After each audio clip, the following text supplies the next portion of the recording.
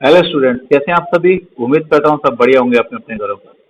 चलिए, मैं शोभित पांडे स्वागत करता हूँ आप सभी का करियर मेकर एकेडमी के यूट्यूब चैनल सीएमए धौलपुर में, जिसमें आज अपन पढ़ने वाले हैं क्लास 12 फिजिक्स का सेकंड यूनिट इलेक्ट्रिक करंट का लेक्चर नंबर 6।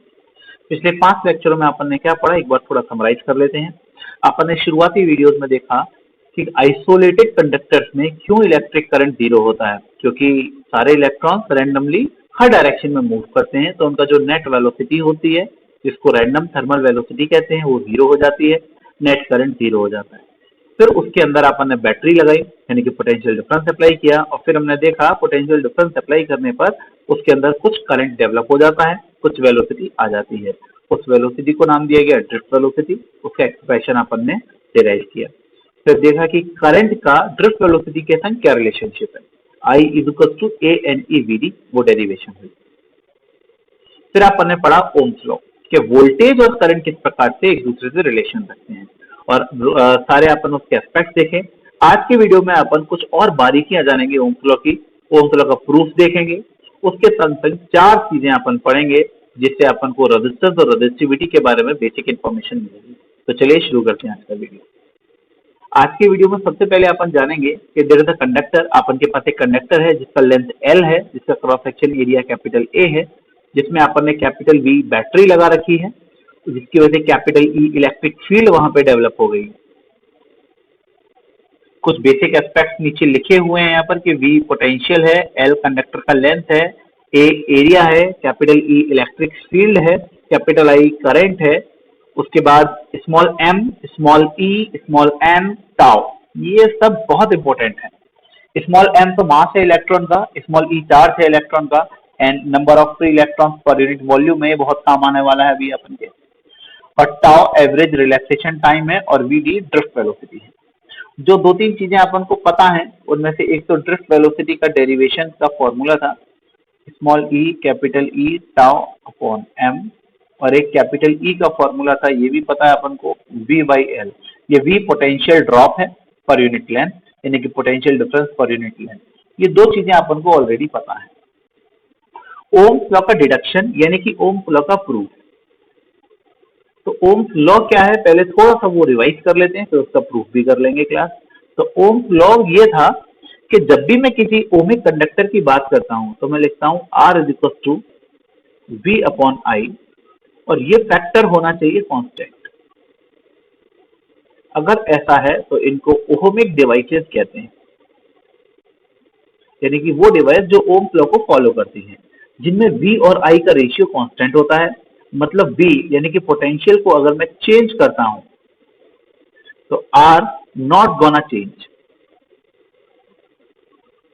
मतलब V का और R का कोई रिलेशन नहीं है, पोटेंशियल का और रेजिस्टेंस का कोई रिलेशन नहीं होता। मतलब R को चेंज करना है तो V को चेंज करने से R चेंज नहीं होगा, V और R इंडिपेंडेंट। कई सारी डिवाइसेस इस लॉ को फॉलो नहीं करती, जिसमें V अपॉन I का रेशियो जो है कांस्टेंट नहीं होता। ये नॉन ओहमिक डिवाइसेस कहलाती हैं। पिछले वीडियो में इसके बारे में बात हो चुकी है। तो ऑल दो अपन को क्या प्रूव करना है कि जो R होगा, यानी कि V अपॉन I होगा, वो कांस्टेंट रहेगा थ्रू आउट द एक्सपेरिमेंट, एक वायर के लिए। थ्रू आउट द एक्सपेरिमेंट एक वायर के लिए V अपॉन आई का रेशियो कांस्टेंट होगा। वायर चेंज कर देंगे, लेंथ एरिया चेंज कर देंगे, मटेरियल चेंज कर देंगे, तो जाहिर सी बात है R चेंज हो जाएगा, पर फिर उस मटेरियल के लिए भी वो R कांस्टेंट रहेगा। तो आइए शुरू करते हैं कि देखते हैं कैसे करते हैं आप। इसके बीच में जरा बात कर लेते हैं कि व्हाट इज रेजिस्टेंस। तो रेजिस्टेंस किसी भी मटेरियल की या किसी भी मैटर की वो इनहेरिट प्रॉपर्टी है। इनहेरिट का मतलब जो उसमें अपने आप आती है, अपन बाहर से डेवलप नहीं करवा सकते। वो इनहेरिट प्रॉपर्टी होती है जो कि रेजिस्टेंस प्रोवाइड करती है, यानी कि करंट के फ्लो का अपोज करती है। करंट का अपोज करने का मतलब करंट को रेजिस्ट करती है, इलेक्ट्रॉन को फ्लो होने से रोकती है। तो चलिए शुरू करते हैं इसका डेरिवेशन कैसे है। तो आपने एक वीडियो में पढ़ा है कि I is equal to A N E V D, ये अपन पढ़ चुके हैं ऑलरेडी। I का formula A N E V D. अब ये जो I है क्लास, इसमें वी डी की वैल्यू यहां से उठा के अपन लिख सकते हैं। तो I is equal to A N E small e capital E m into tau. यहां पर अपन इसको थोड़ा इजी करते हैं, ई का अंदर मल्टीप्लाई कर देते हैं तो ये हो जाएगा A N E square capital E M और टाउ। यहाँ से कैपिटल ई की वैल्यू यहाँ से उठा के लिखी जा सकती है V by L, tau is equal to हो जाएगा A N E square tau upon M, और कैपिटल ई को मैं लिख सकता हूँ V by L. V potential है, L length of the conductor है। इस एल का मैं क्रॉस मल्टीप्लाई करके नीचे लेकर आता हूँ I K, I upon B. अब फॉर्मूला बना A N E square tau upon M L. इस फॉर्मूले को अपन रेसिप्रोकल करते हैं। रेसिप्रोकल क्यों करेंगे? क्योंकि अभी ये आई अपॉन बी है, फिर ये वी बाई आई हो जाएगा जो आपको चाहिए आर। तो वी अपॉन आई दोनों साइड रेसिप्रोकल किया तो एम एल अपॉन ए एन ई स्क्वायर टाउ। ये फॉर्मूला बहुत काम का है क्लास, अपन के बहुत काम आएगा, क्योंकि यही वो फॉर्मूला है जो आपको एग्जैक्टली रेजिस्टेंस बताता है। जी हाँ, क्या अपन को जैसे करंट का एग्जैक्ट फॉर्मूला मिला था वैसे एक रेजिस्टेंस का भी फॉर्मूला मिल गया है। अब अपन आगे बढ़ते हैं अपनी डेरिवेशन में। ये v अपॉन आई में m अपॉन ई स्क्वायर जो है वो पूरी तरीके से हमेशा कांस्टेंट रहेगा, ऑलवेज कांस्टेंट। क्या मैं कुछ भी करके इलेक्ट्रॉन का मास या चार्ज चेंज कर सकता हूँ? Answer is no. इलेक्ट्रॉन का मास और चार्ज तो उनकी बेसिक प्रॉपर्टीज हैं जिनको अपन चेंज नहीं कर सकते, तो ये दोनों चीज हमेशा कांस्टेंट रहेंगी। तो मेरे पास अब v अपॉन आई क्या बचा? मेरे पास v अपॉन आई बचा m हट गया है। अब मेरे पास बचा l अपॉन a n और टाउ। जी हाँ, अब देखिए ये चार फिजिकल क्वांटिटीज हैं, लेंथ, एरिया, एन और टाउ। लेंथ और area during the experiment constant रहते हैं।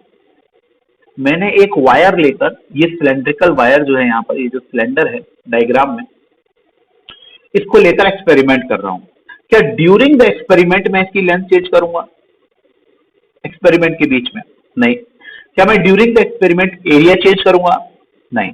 तो ना लेंथ चेंज होती है और ना क्रॉस सेक्शन एरिया चेंज होता है, दोनों ही कांस्टेंट रहते हैं ड्यूरिंग द एक्सपेरिमेंट। उसके बाद बचा एन और टाउ। चलिए एन की बात करते हैं। What is an? एन यहां पे लिखा हुआ है N R number of free electrons पर यूनिट वॉल्यूम। मान के चलिए कि कॉपर की ये प्रॉपर्टी है कि कॉपर, अगर 1 मीटर लंबा कॉपर का वायर लूं जिसका क्रॉस सेक्शन एरिया भी 1 मीटर स्क्वायर हो, रूम टेम्परेचर पर उसके अंदर कुछ 10 टू की पावर 29 फ्री इलेक्ट्रॉन्स हैं। क्या मैं उस वैल्यू को चेंज कर सकता हूं? वो वैल्यू चेंज होगी या तो लेंथ से या एरिया से या टेम्परेचर से, या मैं मटेरियल को ही चेंज कर दूं। तब अगर मैं कॉपर की जगह आयरन ले लूं तो आयरन के अंदर अलग नंबर ऑफ फ्री इलेक्ट्रॉन्स होंगे उसी डायमेंशन में, उसी टेम्परेचर पे। मतलब 1 मीटर लंबा अगर कॉपर का वायर लूं और 1 मीटर लंबा अगर मैं आयरन का वायर लूं, दोनों का ही एरिया 1 मीटर स्क्वायर का हो और दोनों ही को रूम टेम्परेचर पर रखूं, तो दोनों के अंदर अलग अलग free electron per unit volume होते हैं। क्लियर है मेरी बात? तो एन जो होता है वो भी मटेरियल के ऊपर डिपेंड करता है। अब क्या मैं ड्यूरिंग द एक्सपेरिमेंट इसका मटेरियल चेंज करूंगा? नहीं। तो एन कांस्टेंट रहेगा through out the experiment. Tau यानी कि रिलैक्सेशन टाइम, ये भी हर मटेरियल का फिक्स होता है। तो ये चारों क्वांटिटी कांस्टेंट है, मगर एक विशेष बात ये है कि ये चारों क्वांटिटी एक पर्टिकुलर क्वांटिटी से डिपेंडेंट होती हैं। उस क्वांटिटी का नाम है टेम्परेचर। कैसे? क्या आपने क्लास 11th में थर्मल एक्सपेंशन नाम का टॉपिक पढ़ा है? बिल्कुल। उसके अंदर क्या अपन टेम्परेचर बढ़ाते थे तो लेंथ बढ़ जाता था, मॉलिक्यूल दूर दूर हो जाते थे, नाम था लीनियर एक्सपेंशन, जिसका कोफिशिएंट अल्फा हुआ करता था।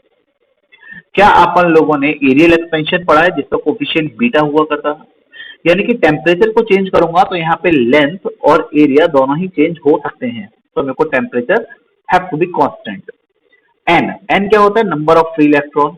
अगर मैं किसी मटेरियल का टेम्परेचर बढ़ा दूं तो क्या उसके अंदर के एटम से इलेक्ट्रॉन ज्यादा निकले आएंगे, क्योंकि वो एनर्जी मिल जाएगी उनको, तो इलेक्ट्रॉन ज्यादा बाहर आ जाएंगे, तो एन यानी कि नंबर डेंसिटी चेंज हो सकता है। तो कांस्टेंट अगर टेम्परेचर रखूंगा तो एन भी कांस्टेंट रखेगा।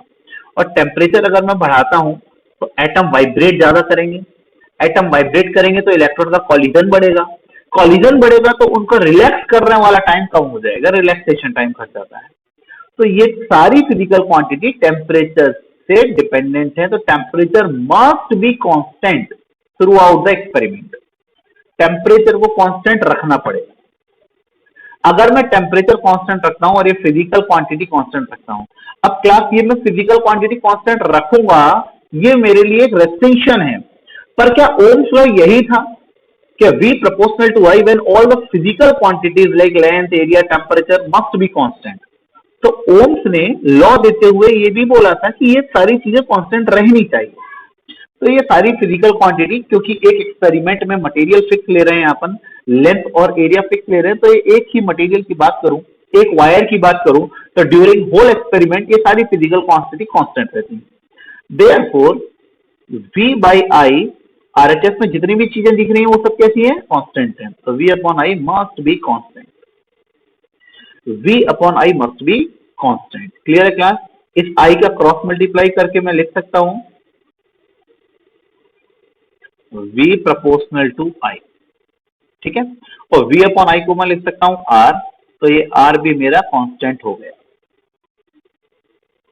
तो यही था ओम्स लॉ और ओहमिक डिवाइस हैज प्रूव्ड। तो ये छोटा सा प्रूफ है ओम्स लॉ का।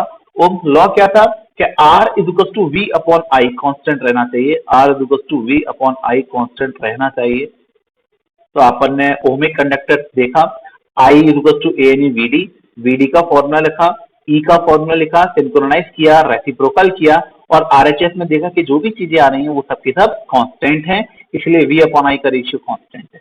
तो यही होता है ओम्स लॉ का डिडक्शन क्लास। अब यहां पर अपन एक चीज छोटी सी और समझ लेते हैं। अपन आज के लेक्चर से पहले रेजिस्टेंस का एक ही फॉर्मूला जानते थे, और 2 लेक्चर पहले अपन करंट के बारे में अगर अपन से कोई पूछता तो अपन बोलते sir current Q by T है। बट अब अपन लोग जान गए हैं कि करंट का एग्जैक्ट फॉर्मूला क्या होता है? ANE VD। और अगर मैं VD की भी वैल्यू लिख दूं तो करंट का फॉर्मूला क्या होता है class? ANE small e capital E M into tau. और अगर कैपिटल E की भी वैल्यू लिख दूं तो ANE square capital V tau ML। जाहिर सी बात है क्लास, यही। तो यहां पर आप देखिए कि A क्या है? A एरिया है, कांस्टेंट है। N number of free electron constant है। E इलेक्ट्रॉन का चार्ज कांस्टेंट है। वोल्टेज, वोल्टेज तो मैं वेरी कर सकता हूं रोएस्टेट लगाकर, डायग्राम दिखाया था पिछले वीडियो के फर्स्ट स्लाइड में मैंने आपको। Tau relaxation time constant, electron का मास कांस्टेंट, कंडक्टर की लेंथ कांस्टेंट। तो ये सारी फिजिकल क्वांटिटीज कांस्टेंट हैं। क्योंकि ये सब कांस्टेंट हैं तो I is proportional to V, या V is proportional to I। क्या यही ओम्स लॉ था? जी हाँ। तो आपन ने ये डेरिवेशन करके इसका फॉर्मूला डिराइव किया। अब मेरी बात सुनिएगा, क्या R का डेफिनेशन ये होता है V अपॉन I? V को V की जगह रखा और I का ये डेरिवेशन वाला फॉर्मूला लिखा। अगर I का मैं डेरिवेशन वाला फॉर्मूला लिखूंगा तो R की भी डेरिवेशन हो जाती है। मैं डायरेक्ट बता रहा हूं थोड़ा आपको, मैंने ये वाला फुल मेथड भी बताया है ना, फुल मेथड, ये मैं आपको थोड़ा डायरेक्ट लेके चल रहा हूं। तो V upon ANE square tau capital V ML। इस V से V कट गया, ML ऊपर आ जाएगा, तो आपका R is equal to ML ANE square tau. ये डिराइव हुआ है अभी अपन का। इसमें से M और E स्क्वायर ये कांस्टेंट है, तो रेजिस्टेंस का आपके पास जो फॉर्मूला आया वो है L अपॉन A N और टाउ प्रोपोर्शनल।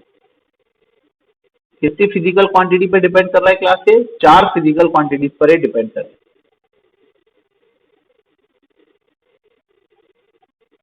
कितने फिजिकल क्वांटिटीज पे डिपेंड कर रहे हैं? 4 फिजिकल क्वांटिटीज पे डिपेंड कर रहे हैं। तो जो 4 फिजिकल क्वांटिटीज हैं वो कौन कौन सी हैं? लेंथ, एरिया, एन और टाउ। तो आज के बाद आपसे कोई पूछता है कि रेजिस्टेंस काय पे डिपेंड करता है, तो आप बोलोगे सर लेंथ पे डिपेंड करेगा, आप बोलोगे सर एरिया पे डिपेंड करेगा, आप बोलोगे sir number of free electrons पे डिपेंड करेगा, और आप बोलोगे सर रिलैक्सेशन टाइम पे डिपेंड करेगा। और ये बात बिल्कुल सही है, रेजिस्टेंस 4 चीजों पे डिपेंड करता है। अब बात करते हैं थोड़ी बारीकी की। रेजिस्टेंस 4 चीजों पे डिपेंड करता है, बट इसको 2 पार्ट में पढ़ाया जाएगा, एक L और A। क्योंकि एल और ए ऊपर से दिखने वाली प्रॉपर्टी है, ऑब्जेक्ट की प्रॉपर्टी है, फिजिकल प्रॉपर्टी है। मैं लेंथ और एरिया चेंज कर सकता हूं फिजिकली, ठीक है। जो ऑब्जेक्ट की प्रॉपर्टी है लेंथ और एरिया, इसको पढ़ते हैं तो आप उनको पढ़ाया जाता है रेजिस्टेंस। मतलब रेजिस्टेंस ये दो चीजों को कंट्रोल कर रहा है। अगर मैं बची हुई दो चीजों की बात करूं, एन और टाउ की, तो एन और टाउ मटेरियल की प्रॉपर्टी है, मटेरियल प्रॉपर्टी। और मटेरियल की प्रॉपर्टी का मतलब है रेजिस्टिविटी। मटेरियल की प्रॉपर्टी का मतलब क्या होता है क्लास? रेजिस्टिविटी। तो ये दो फिजिकल क्वांटिटी तो रेजिस्टेंस को कंट्रोल कर रही हैं और दो फिजिकल क्वांटिटी रेजिस्टिविटी से पढ़ाई जाती है। बट ओवरऑल अगर कोई पूछे कि रेजिस्टेंस किन चारों चीजों पर डिपेंड करता है, तो ये आंसर है। तो आइए एक एक करके चारों को पढ़ते हैं। फैक्टर अफेक्टिंग द रेजिस्टेंस, सबसे पहले लेंथ, फिर एरिया, फिर number of free electron per unit volume. क्या number of free electron per unit volume nature of material ही है? मतलब अलग अलग मटेरियल का अलग अलग नेचर होता है, जिसकी वजह से नंबर ऑफ फ्री इलेक्ट्रॉन सब में अलग अलग होते हैं। तो कई किताबें आप देखेंगे जिसमें लिखा होता है कि resistance depend on nature of material. But nature of material तो बहुत बड़ा एस्पेक्ट है, उसके अंदर स्पेसिफिकली क्या, उसके अंदर specifically number of free electron कितने हैं वो। और फोर्थ क्वांटिटी है रिलैक्सेशन टाइम। अब रिलैक्सेशन टाइम किस पे डिपेंड करने वाला है क्लास? टेम्परेचर पे। ठीक है क्लास, तो चलिए एक एक करके सबको पढ़ते हैं। सबसे पहले पढ़ने वाले हैं लेंथ। जो लिखा हुआ है वो आपको मैं समझा रहा हूं, उसके बाद आप अपने आप समझ जाएंगे कि यहाँ पे क्या लिखा हुआ है। चलिए सबसे पहले एक कंडक्टर लेते हैं। ये कंडक्टर लिया हुआ है मैंने एक पर्टिकुलर लेंथ का, इसमें बहुत सारे फ्री इलेक्ट्रॉन्स हैं यहाँ पर।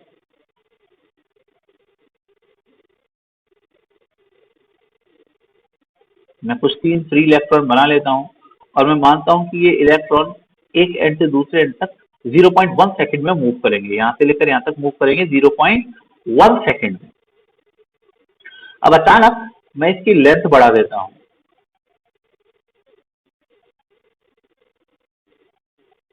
तो एक तो इसके अंदर अब लेंथ बढ़ाऊंगा तो एटम बढ़ जाएंगे, एक तो नंबर ऑफ एटम्स बढ़ गए, नंबर ऑफ एटम्स इंक्रीज हो गए। दूसरा, अब इलेक्ट्रॉन, देखिए इलेक्ट्रॉन करंट कब डेवलप करता है? जब वो एक एंड ऑफ द कंडक्टर से दूसरे एंड ऑफ कंडक्टर तक जाता है और फिर वायर के थ्रू नीचे जाता है, बैटरी के थ्रू होता है, वो वापस आता है। जब वो पूरा साइकिल कवर करता है, जब करंट जनरेट होता है, तो उस वायर में जाने से तो कोई नहीं रोकेगा।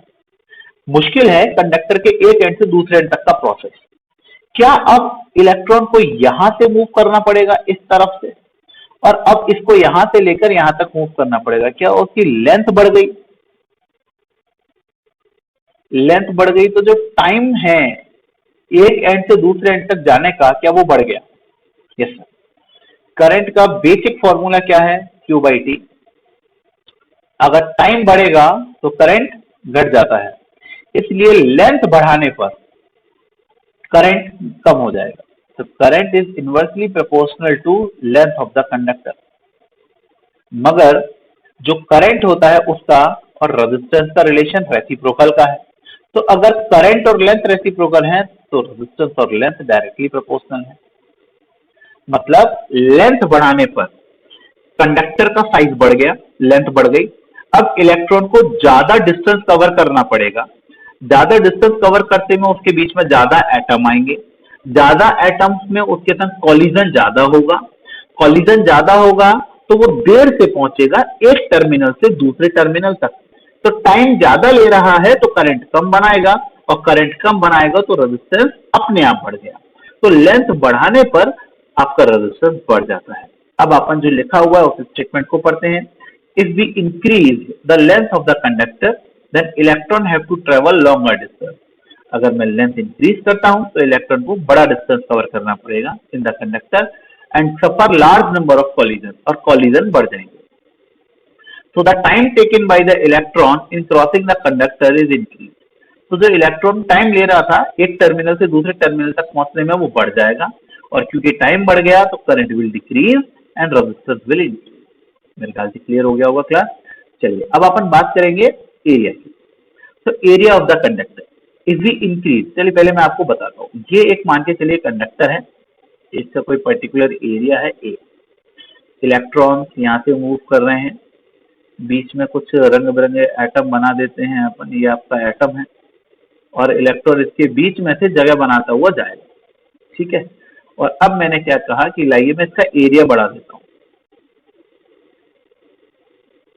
अब पहली चीज तो ये कि आपको ये पता होना चाहिए कि एटम्स का अरेंजमेंट लीनियर होता है according to the length, array, है ना। ये सॉलिड स्टेट में पढ़ाया जाता है, एरेज की फॉर्म में होता है लीनियर अरेंजमेंट। तो लेंथ बढ़ाऊंगा तो एटम बढ़ेंगे, बट यहाँ पर अगर मैंने एरिया बढ़ाया तो क्या होगा, एटम बढ़ जाएंगे? नहीं, ये जो एटम थे ये यहाँ पर मूव हो जाएंगे। मतलब ये वाले एटम यहां से हटके आपके यहां पर आ गए और ये पूरे एरिया में यूनिफॉर्मली डिस्ट्रीब्यूट हो जाएंगे। अब बताइए, जो इलेक्ट्रॉन यहां से जा रहे थे उनको ज्यादा जगह मिल गई क्योंकि एटम दूर दूर हो गए, ज्यादा जगह मिल गई तो ये मोर क्विकली यहां से यहाँ पहुंच जाएंगे। तो टाइम कम लगा के ज्यादा लगा, टाइम लगा कम, टाइम कम तो करंट ज्यादा, और करंट ज्यादा तो रेजिस्टेंस कम। तो हमने देखा कि अगर मैं एरिया को बढ़ा रहा हूं तो मेरा टाइम कम लगा रहा है इलेक्ट्रॉन एक एंड से दूसरे एंड तक पहुंचने में, क्योंकि कॉलिजन कम हो गए, क्योंकि एटम दूर दूर अरेंज हो गए। तो अपन ने क्या सीखा कि अगर मैं एरिया को इंक्रीज करता हूं तो जो टाइम है इलेक्ट्रॉन का एक टर्मिनल से दूसरे टर्मिनल तक पहुंचने का वो डिक्रीज होगा, इलेक्ट्रिक करंट इंक्रीज होगा क्योंकि टाइम और करंट इनवर्सली प्रोपोर्शनल होते हैं इस फॉर्मूले की वजह से, और करंट बढ़ रहा है तो रेजिस्टेंस घट रहा है। तो एरिया और resistance are inversely proportional to each other. देखिए यही बात मैंने स्टेटमेंट में लिखी हुई है, if we increase the cross section area of the conductor, अगर मैं क्रॉस सेक्शन एरिया कंडक्टर का बढ़ा देता हूं, atom will separated in large area, तो एटम लार्ज एरिया में सेपरेट हो जाएंगे, and electron will now move quickly, electron ज्यादा जल्दी जल्दी भागेगा from one end to the another end of the conductor, एक एंड से दूसरे एंड तक। The current will increase and resistance will decrease. Simple. चलिए, तो ये जो दो फिजिकल क्वांटिटी थी ये स्पेसिफिकली रेजिस्टेंस को बता रही हैं, यही मैंने यहाँ पे लिखा था। यहाँ पे मैंने जो मेंशन किया हुआ है वो यही किया हुआ है कि जो अपन के पास दो फिजिकल क्वांटिटीज थी, लेंथ और एरिया, कुछ इस तरीके से रिलेट कर रहे थे। बट अगर अपन अच्छी तरह और डिटेल में पढ़े हैं तो प्रोपोर्शनल हटा के एक कांस्टेंट लगाया जाता है, जिस कांस्टेंट को कहते हैं रेजिस्टिविटी, यानी कि रो, रेजिस्टिविटी। ठीक है, ये रेजिस्टिविटी मटेरियल की प्रॉपर्टी है class, resistivity rho property of material.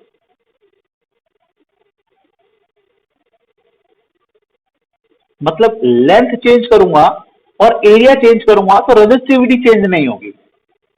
Resistivity जब चेंज होगी जब या तो मैं टेम्परेचर चेंज करूं या मटेरियल ही दूसरा ले आऊं। सिंपल समझ में आया, मटेरियल की प्रॉपर्टी है। लेंथ और एरिया को चेंज करने से रेजिस्टिविटी चेंज नहीं होगी।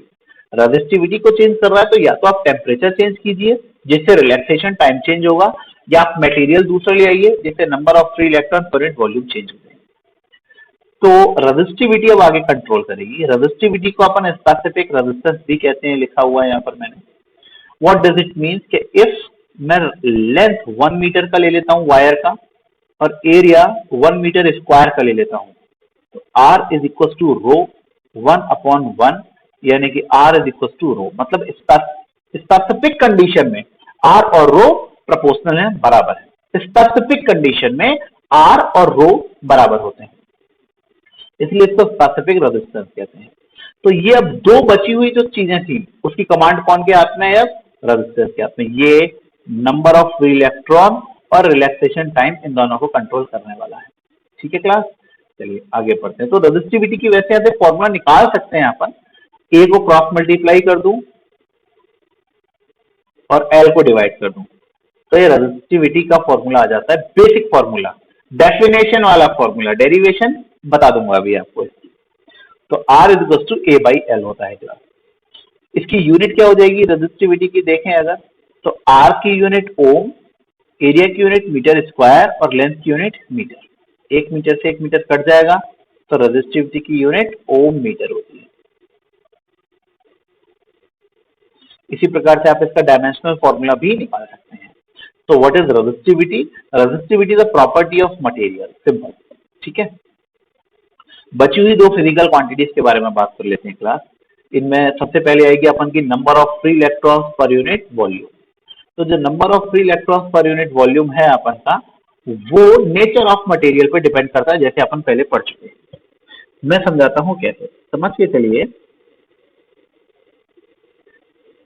ये कैसे बन गया, चलिए तो हटाते हैं, बढ़िया सा बनाते हैं। लेट सपोज एक कंडक्टर है, ये भी ऐसे ही बन गया, चलिए खैर कोई बात नहीं। जिसका एरिया 1 मीटर स्क्वायर का है, जिसकी लेंथ 1 मीटर की है, और टेम्परेचर 27 डिग्री सेल्सियस है, रूम टेम्परेचर, और ये आयरन है, ठीक है। मान के चलिए इसके अंदर दो फ्री इलेक्ट्रॉन है। अब मैंने लिया एल्यूमिनियम, इसका एरिया भी 1 मीटर स्क्वायर है, जिसकी लेंथ भी 1 मीटर है, जिसका टेम्परेचर भी 27 डिग्री सेल्सियस है। इसके अंदर थोड़े से ज्यादा फ्री इलेक्ट्रॉन्स होंगे, इतने ही टेम्परेचर, मान के चलिए 6 हैं, because aluminium is a good conductor of electricity. अब समझते हैं करंट कौन ज्यादा बना। करंट का फॉर्मूला होता है क्यू बाई टी। क्यू क्या होता है, एन ई, और टाइम ले लीजिए 1 सेकेंड। एन यहाँ पर कितना है, नंबर ऑफ फ्री इलेक्ट्रॉन आपको कितने दिख रहे हैं, 2, तो 2e/1 यानी कि 2e एम्पियर करंट बना। नीचे वाले एल्यूमिनियम में I is equal to again Q by T, Q is equal to N E by 1 second, N हो गया 6e/1 यानी कि 6e एम्पियर। कहां पे करंट ज्यादा बना क्लास, जहां पे नंबर डेंसिटी ज्यादा है, जहां पर नंबर ऑफ फ्री इलेक्ट्रॉन्स पर यूनिट वॉल्यूम ज्यादा है। तो नंबर ऑफ फ्री इलेक्ट्रॉन्स पर यूनिट वॉल्यूम अगर ज्यादा होंगे, नंबर ऑफ फ्री इलेक्ट्रॉन्स पर यूनिट वॉल्यूम ज्यादा होंगे, तो करंट ज्यादा बन रहा है। तो करंट और number of free electron per unit volume directly proportional है, जबकि करंट और रेजिस्टेंस रेसिप्रोकल होता है। तो नंबर ऑफ फ्री इलेक्ट्रॉन और रेजिस्टेंस इनवर्सली प्रोपोर्शनल हो गए कि नहीं क्लास। अगर मैं एक ऐसा मटेरियल लूं जिसके अंदर 1 मीटर क्यूब में ज्यादा फ्री इलेक्ट्रॉन्स हैं, तो ज्यादा फ्री इलेक्ट्रॉन ज्यादा करंट बनाएंगे, तो रेजिस्टेंस अपने आप कम हो गया। और अगर मैं एक ऐसा मटेरियल लूंगा जिसके अंदर नंबर ऑफ फ्री इलेक्ट्रॉन पहले से कम है, तो करंट कम बनेगा और रेजिस्टेंस बढ़ गया। तो एन यानी कि नंबर ऑफ फ्री इलेक्ट्रॉन और resistance are inversely proportional to each other. Clear है क्लास। और रेजिस्टेंस और रेजिस्टिविटी कैसे थे क्लास, यहां पर देखें, रेजिस्टेंस और रेजिस्टिविटी तो डायरेक्टली प्रोपोर्शनल थे। तो मैं यहां पर यह भी कह सकता हूं कि रेजिस्टेंस के function N is inversely proportional to resistivity also. मतलब रेजिस्टेंस और रेजिस्टिविटी दोनों ही नंबर ऑफ फ्री इलेक्ट्रॉन्स के रेसिप्रोकल में है। समझ में आया होगा आपको क्या कह रहा हूं मैं, कि अगर मैं नंबर ऑफ फ्री इलेक्ट्रॉन्स बढ़ाता हूं तो रेजिस्टेंस और रेजिस्टिविटी घट जाएगी। तो अपन ये कह सकते हैं कि रेजिस्टेंस और resistivity is depend on number of free electron. But number of free electron क्या पे डिपेंड करते हैं, नेचर ऑफ मटेरियल। तो रेजिस्टेंस और रेजिस्टिविटी किस पर डिपेंडेंट हुए क्लास, नेचर ऑफ मटेरियल। बिल्कुल क्लियर है। इसमें देखिए स्टेटमेंट क्या लिखा हुआ है, इफ द नंबर डेंसिटी यानी कि नंबर ऑफ फ्री इलेक्ट्रॉन्स पर unit volume is less, less का मतलब कम, डिक्रीज हो रही है, it means that there is less number of free electron, electron के नंबर भी कम है। So due to this current decreases, current कैसा हो जाएगा, कम या ज्यादा, कम हो जाएगा। और रेजिस्टेंस और रेजिस्टिविटी इंक्रीज हो जाएगी क्योंकि यहाँ पे लेस है। अगर यहाँ पर मोर होता तो करंट बढ़ता और रेजिस्टेंस घट जाता। So resistance and resistivity are inversely proportional to each other. Each other नहीं, sorry, number of free electrons n। ठीक है क्लास। तो जो n होता है वो काय पे डिपेंड कर रहा है, रेजिस्टेंस पर, या रेजिस्टेंस काय पे डिपेंड कर रहा है, n पर। But n number of free electrons है। कई बच्चे इसको बोल देते हैं sir n nature of material का सिंबल है। नेचर ऑफ मटेरियल कोई चीज थोड़ी ना यार, इसका नंबर ऑफ फ्री इलेक्ट्रॉन है। हाँ, number of free electron nature पे डिपेंड कर रहे हैं। तो अगर मैं नंबर ऑफ फ्री इलेक्ट्रॉन बढ़ाऊंगा तो मेरे को क्या करना पड़ेगा, मैं दो में से कोई एक काम कर सकता हूं, या तो मैं मटेरियल दूसरा ले लूं या मैं टेम्परेचर बढ़ा दूं, तभी मेरा तभी मेरा यहाँ पर रेजिस्टेंस चेंज होगा इस फैक्टर की वजह से। अब लास्ट फैक्टर पढ़ते हैं क्लास अपन अपना, रिलैक्सेशन टाइम। इसको समझने के लिए मैं आपको, इसको मत पढ़िए, पहले मैं आपको समझाता हूं। देखिए, लेट सपोज कि मैंने टेम्परेचर बढ़ाया,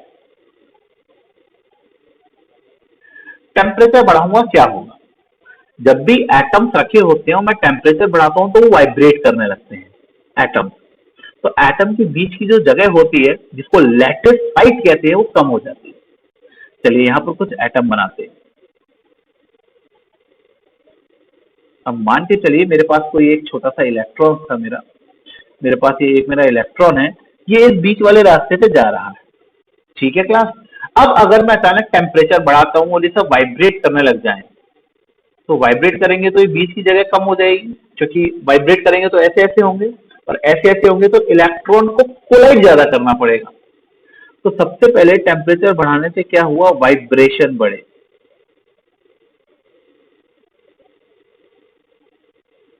वाइब्रेशन ऑफ एटम इंक्रीज हुआ। वाइब्रेशन बढ़ने से क्या होगा क्लास, वाइब्रेशन बढ़ने से कॉलिजन बढ़ेंगे। वाइब्रेशन बढ़ने से क्या बढ़ते हैं क्लास, कॉलिजन बढ़ते हैं। और इलेक्ट्रॉन अगर ज्यादा कोलाइड करेगा तो क्या होगा, वो एक एंड से दूसरे एंड तक देर में पहुंचेगा। मगर साथ ही साथ चलिए एक बात कर लेते हैं यहाँ पर रिलैक्सेशन टाइम की। अगर इलेक्ट्रॉन ज्यादा कोलाइड कर रहा है तो रिलैक्स कम कर रहा है या ज्यादा। इलेक्ट्रॉन जैसे मान के चलिए एटम्स का अरेंजमेंट था पहले दूर दूर, और इलेक्ट्रॉन 0.1 सेकेंड चलता था फिर टकराता था, फिर 0.1 सेकेंड चलता था टकराता था, फिर 0.1 सेकेंड चलता था टकराता था। ये एवरेज बता रहा हूं। अब वाइब्रेशन होना स्टार्ट हो गया, इलेक्ट्रॉन जल्दी जल्दी टकराएगा, तो ये टाइम पीरियड बढ़ गया क्या घट गया, ये रिलैक्स करने वाला टाइम। वो 0.01 सेकेंड बाद टकराएगा, क्योंकि एटम वाइब्रेट कर रहे हैं तो जल्दी जल्दी कॉलिजन हो रहा है। इलेक्ट्रॉन के संग कॉलिजन फ्रिक्वेंट होगा तो क्या होने वाला है, रिलैक्सेशन टाइम डिक्रीज होगा। रिलैक्सेशन टाइम क्या होगा क्लास, डिक्रीज होगा। आई होप आप मेरी बात समझ गए कि अगर जल्दी जल्दी टकराएंगे तो रिलैक्स करने का टाइम कम मिलेगा। आपके एग्जाम अगर जल्दी जल्दी आ जाते हैं तो आप रिलैक्स कम कर पाते हो ना, बिल्कुल उसी तरीके से। तो यहां पर आपके पास एक 1 मार्क्स का क्वेश्चन तैयार हो गया, temperature is inversely proportional to relaxation time. 1 marks question है। टेम्परेचर का एरो देखिए इंक्रीज हो रहा है और रिलैक्सेशन टाइम का एरो देखिए डिक्रीज हो रहा है। तो टेम्परेचर बढ़ाने पर क्या होगा, वाइब्रेशन बढ़ेंगे, वाइब्रेशन बढ़ने पर इलेक्ट्रॉन का कॉलिजन बढ़ेगा, इलेक्ट्रॉन का कॉलिजन बढ़ने पर रिलैक्सेशन टाइम कम होगा। तो एक तो ये चीज अपन के समझ में आते आ रिलैक्स अगर कम करेगा तो एक एंड से दूसरे एंड तक जल्दी पहुंचेगा क्या देर से, जल्दी जल्दी कोलाइड कर रहा है। अगर आपको अपने रूम में भागना हो एक जगह से दूसरी जगह तक और बीच में कुछ नहीं रखा हो, दूसरी सिचुएशन है कि बीच में टेबल चेयर रखी हुई हो, किस सिचुएशन में आप जल्दी पहुंच जाएंगे, जाहिर सी बात है पहले वाली सिचुएशन में। तो जो दूसरी वाली सिचुएशन है उसके अंदर जो करंट बनेगा, उसके अंदर जो टाइम लगेगा इलेक्ट्रॉन को एक टर्मिनल से दूसरे टर्मिनल तक पहुंचने में, वो टाइम इंक्रीज हो गया, बढ़ गया वो टाइम। और टाइम अगर बढ़ गया तो करंट का क्या होगा, टाइम अगर बढ़ गया तो करंट घट गया, तो करंट घट जाएगा। तो बताइए टेम्परेचर का और करंट का क्या रिलेशन है, also inversely proportional to each other. Temperature का एरो ऊपर, करंट का एरो नीचे। कई बच्चों को लगता है कि टेम्परेचर बढ़ाने पर नंबर ऑफ फ्री इलेक्ट्रॉन ज्यादा हो जाएंगे तो करंट बढ़ जाता है, बट बढ़ेंगे, मैं मना नहीं कर रहा हूं, बट उससे ज्यादा कॉलिजन हो जाएगा। दोनों फैक्टर को एक संग पढ़े, थर्ड वाले को और फोर्थ वाले को। तो टेम्परेचर बढ़ाने पर नंबर ऑफ इलेक्ट्रॉन बढ़ तो रहे हैं बट उससे ज्यादा कॉलिजन बढ़ रहा है, तो ओवरऑल करंट डिक्रीज होता है। क्लियर है क्लास, कोई कंफ्यूजन नहीं। सेकंड थर्ड पॉइंट और फोर्थ पॉइंट को एक संग पढ़ रहे हैं कि टेम्परेचर बढ़ाने पर एन बढ़ रहा है बट रिलैक्सेशन टाइम भी घट रहा है। बट रिलैक्सेशन टाइम घट रहा है इसका मतलब वो बहुत कम रिलैक्स कर पा रहा है, उसकी एनर्जी ज्यादा वेस्ट हो रही है और देर से पहुंच रहा है, तो ओवरऑल करंट घट जाता है। तो ये अगेन एक 1 मार्क्स का क्वेश्चन आ गया, क्या टेम्परेचर और करंट में क्या रिलेशन है। उसके बाद आता है कि भैया टेम्परेचर में, सॉरी करंट में और रेजिस्टेंस में क्या फॉर्मूला रिलेशन है, तो इनवर्सली प्रोपोर्शनल का है।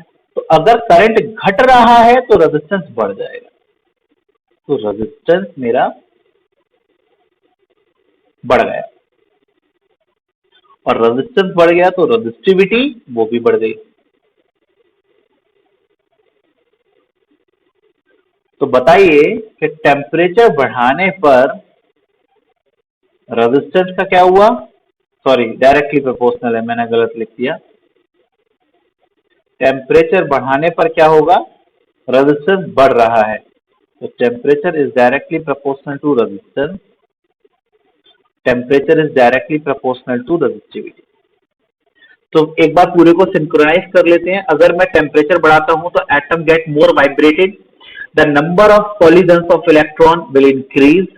अगर कॉलिजन बढ़ रहे हैं तो रिलैक्स करने का टाइम कम हो गया, रिलैक्सेशन टाइम कम, तो इलेक्ट्रॉन एक एंड से दूसरे एंड तक बहुत देर में पहुंचेगा। रिलैक्सेशन टाइम जो है वो घट गया था, तो time in crossing the conductor will increase. और टाइम अगर बढ़ रहा है तो करंट घटेगा और रेजिस्टेंस बढ़ेगा। इस तरीके से रिलैक्सेशन टाइम को, एरो को देखिए और रेजिस्टेंस के एरो को देखिए, क्या ये एक दूसरे के अपोजिट हैं ये एरो? जी हाँ। What does it mean? इसका मतलब कि रेजिस्टेंस अगर घट रहा है, अगर रिलैक्सेशन टाइम घटेगा तो रेजिस्टेंस बढ़ेगा। क्या यही अपन ने शुरुआत में देखा था?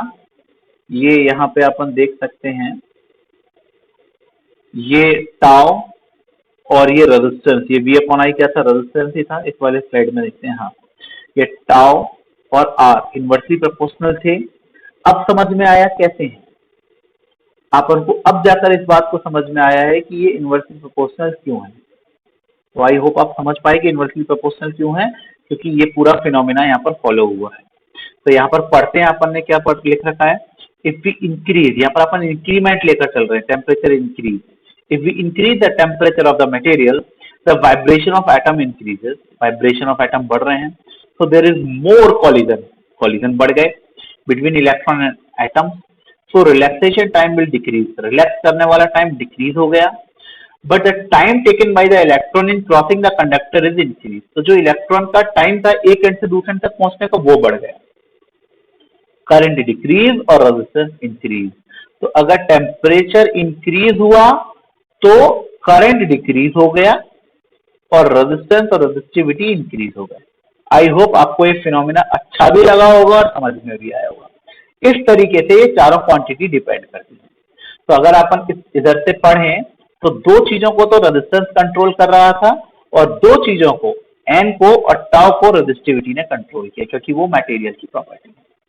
पर ओवरऑल सब रेजिस्टेंस के अंदर ही आता है। तो मैं कह सकता हूं कि रेजिस्टेंस चार चीजों को डिपेंड करता है, लेंथ पर, क्रॉस सेक्शन एरिया पर, टेम्परेचर पर और टाइप ऑफ मटेरियल।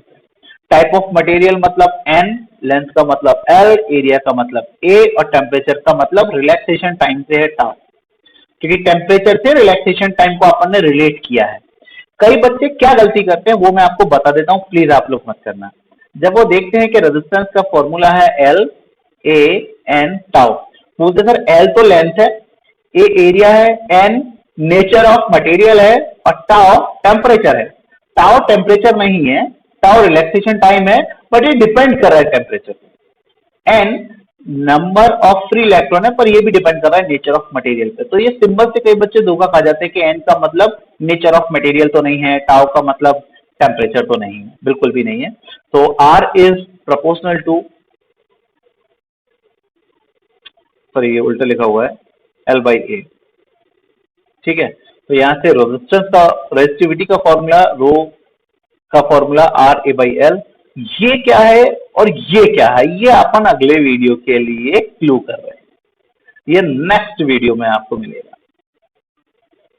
जो आपको आज जिस दिन आप वीडियो देख रहे हैं उसके 2 दिन बाद मिल जाएगा, ठीक है। तो कुछ बेसिक डिफरेंस अपन देख लेते हैं रेजिस्टेंस और रेजिस्टिविटी में। क्लास देखिए, रेजिस्टेंस एक प्रॉपर्टी है मटेरियल की, सॉरी प्रॉपर्टी है मैटर की। Resistance depend on dimensions like length and area, nature of material और sometime temperature पे भी, क्योंकि रेजिस्टेंस तो चारों चीजों पे डिपेंड कर रहा है। बट रेजिस्टिविटी स्पेसिफिकली मटेरियल की प्रॉपर्टी है। तो resistivity depend on nature of material and temperature. यहाँ पे साफ तौर पे लिखा हुआ है कि resistance is the property of object. Object का मतलब जिसमें फिजिकल प्रॉपर्टीज हो, where resistivity is the property of material. इसको सबसे बेस्ट तरीके से तो ऐसे ही समझा जा सकता है कि लेंथ और एरिया चेंज करने से मटेरियल, लेंथ और एरिया चेंज करने से रेजिस्टिविटी चेंज नहीं होती। If you have to change the resistivity, you have to change either temperature or material. Clear है क्या? और then the unit of resistance is ohm और ओम मीटर, और आप इसके डायमेंशंस अपने आप लिखेंगे। ये आप लोगों के लिए छोटा सा होमवर्क मैंने छोड़ दिया दोनों। तो उम्मीद है आपको समझ में आया होगा कि आज अपन ने क्या पढ़ा। आज अपन ने ओम्स लॉ को डिराइव किया। ओम्स लॉ को डिराइव यानी कि प्रूफ करके देखा कि V अपॉन I का रेशियो जेन्युइनली क्या होता है, कांस्टेंट होता है। फिर अपन ने देखा कि रेजिस्टेंस दो चीजों पे डिपेंड कर रहा है, और बची हुई दो चीजों की रेस्पॉन्सिबिलिटी उठाई रेजिस्टिविटी ने, क्योंकि वो मटेरियल की प्रॉपर्टी थी। उसके बाद अपन ने एक एक करके लेंथ को देखा, एरिया को देखा, नेचर ऑफ मटेरियल को देखा, और टेम्परेचर यानी कि रिलैक्सेशन टाइम को देखा। ये सबसे ज्यादा इंपॉर्टेंट है, जो आपको नंबर भी दिलाता है। ये आपको लिखना पड़ेगा कॉपी में इस तरीके। तो क्लास ये था आज का वीडियो, जिसमें मैंने ओम्स लॉ को डिराइव करवाया, ओम्स लॉ के बारे में समझाया, रेजिस्टेंस और रेजिस्टिविटी पढ़ा। नेक्स्ट वीडियो में अपन क्या पढ़ने वाले हैं, vector form of Ohm's law. जी हाँ, दो तीन नई फिजिकल क्वांटिटी, जिसमें current density, conductance, resistance, resistivity, conductivity, वो सब आएंगे, और उनका इंटर रिलेशनशिप आएगा, वेक्टर फॉर्म आएगा, जिसको microscopic form of Ohm's law कहते हैं। जब तक एंजॉय करिए इस वीडियो को, एक बार थ्रू रिवीजन कर लीजिए अब तक का, क्योंकि अब अपन धीरे से सेकंड टायर पे पढ़ेंगे अगले वीडियो से। बहुत थोड़ी सी चीजें टफ होती चली जाएंगी। चलिए, अगर आपको वीडियो अच्छा लगा हो तो लाइक शेयर कीजिएगा, चैनल को सब्सक्राइब कीजिएगा। Thank you, bye bye.